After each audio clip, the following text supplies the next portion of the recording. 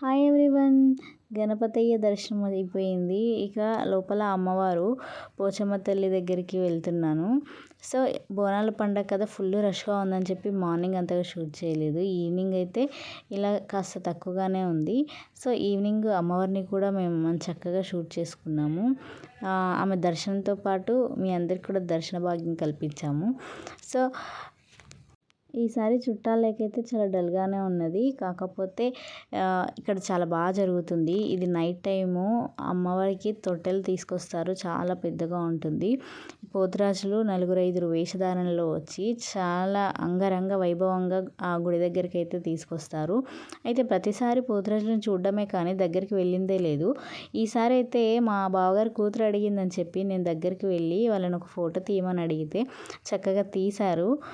నేను మా పిల్లలు అందరము హ్యాపీగా ఫొటోస్ అయితే తీయించుకున్నాము.